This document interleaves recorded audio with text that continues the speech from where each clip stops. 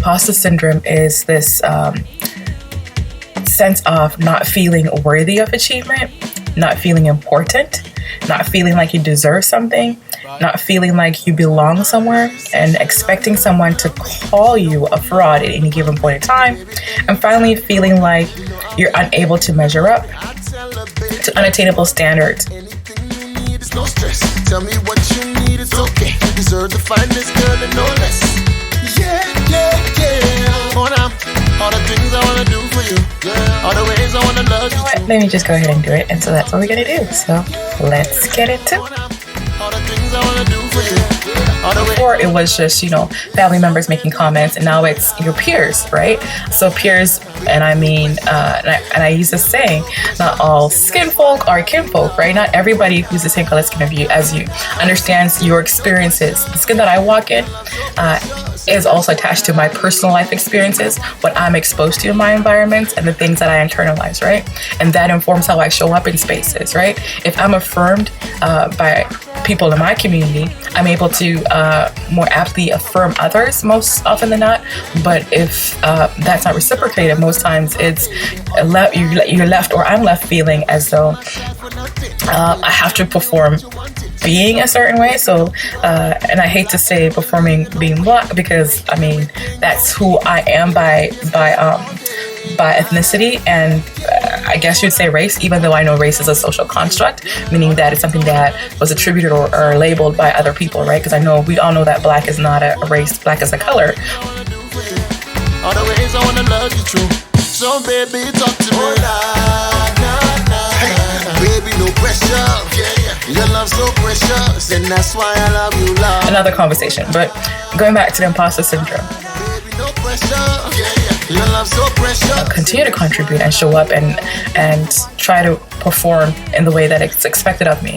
I recall one parent-teacher meeting that definitely was a defining moment for me, where I can only count the number of times that my parents actually went to parent-teacher meetings, and it was that one meeting where they did go, and this teacher of mine at that time, who I believed and still believe was fundamentally racist, made comments about how I have an over-reliance on my peers to perform in class. Essentially what she was saying, that I don't answer questions in class, but I rely on my peers to give me the answers in my class, which wasn't the case, right? That didn't take into consideration the fact that you weren't called upon, and when you were called upon in the classroom, if you didn't perform the way that was expected, you were ridiculed. So essentially, she would say very harmful things, degrading things. And so it was a scary feeling, putting up your hand when things like feeling anxiety and anxious and all these feelings that you're...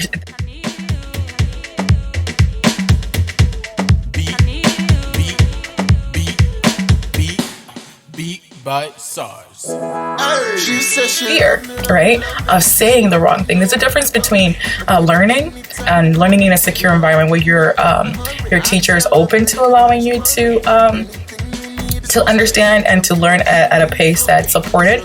But if you're not getting something, and if you articulate that, then it was problematic, and that you were not getting something in some way because of an inadequacy within you, as opposed to maybe the way that I'm teaching it to you is not necessarily a way that you're understanding and computing. So there was a lot of fear, right?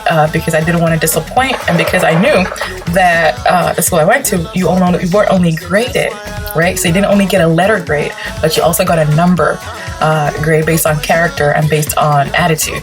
So for example, you could get an A, but if you got a number attached to it that was like a low number, for example, a 5 would mean that you are your attitude is not in the right way. So it was more so that you could get an A, but if your character and your attitude was not consistent, you'd still be considered to be failing, right? And so what that meant was you had to perform a certain way in order to pander to the needs of your teachers, right? So in order for me to get the 1, and 1 would be a distinction, then I would have to conform to any and all ways that I was being asked to in order to get that grade, because I didn't want to get into trouble, right? And again, previously, as I mentioned, knowing the history of words that were exchanged and things that were said from not only a teacher's perspective, but it didn't take into consideration the environment and the toxicity of the ways in which teaching occurred.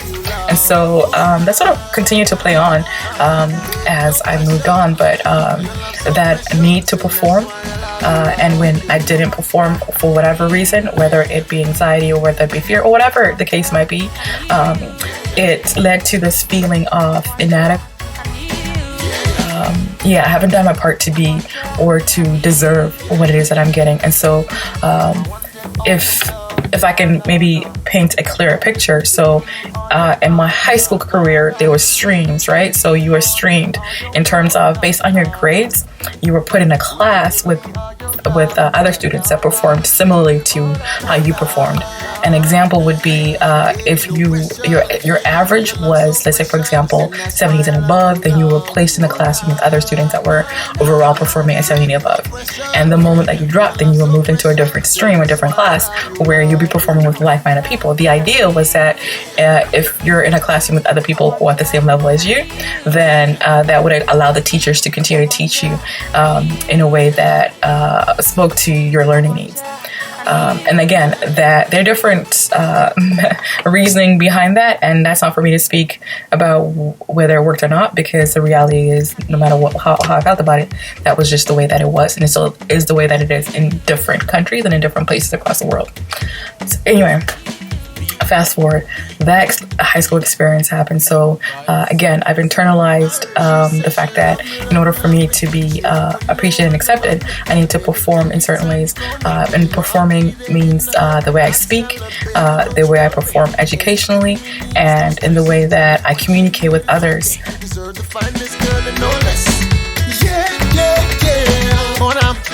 16, I completed high school, so I transitioned into college. And so I started college, and most of the students that were in my class were a little older, a lot older.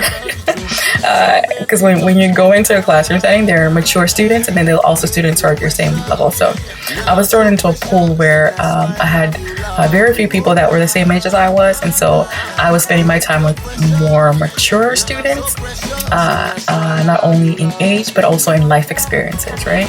And so that in of itself was a little unsettling in the sense that I had to grow up a little faster in order to catch up to some of the conversations that we had, right? Because you can't participate in conversations when you're not intellectually at the same pace. And so what did that mean for me? It meant that I also had to then change in the ways in which I showed up as well, right? And so that continued to happen. And a couple years later, I'm doing my undergrad, and although the age level was kind of, narrowed down, or was sort of along the same pace as I was down in a place where I had some, I have peers that were a little younger and a little older, but I went again to school that was predominantly white,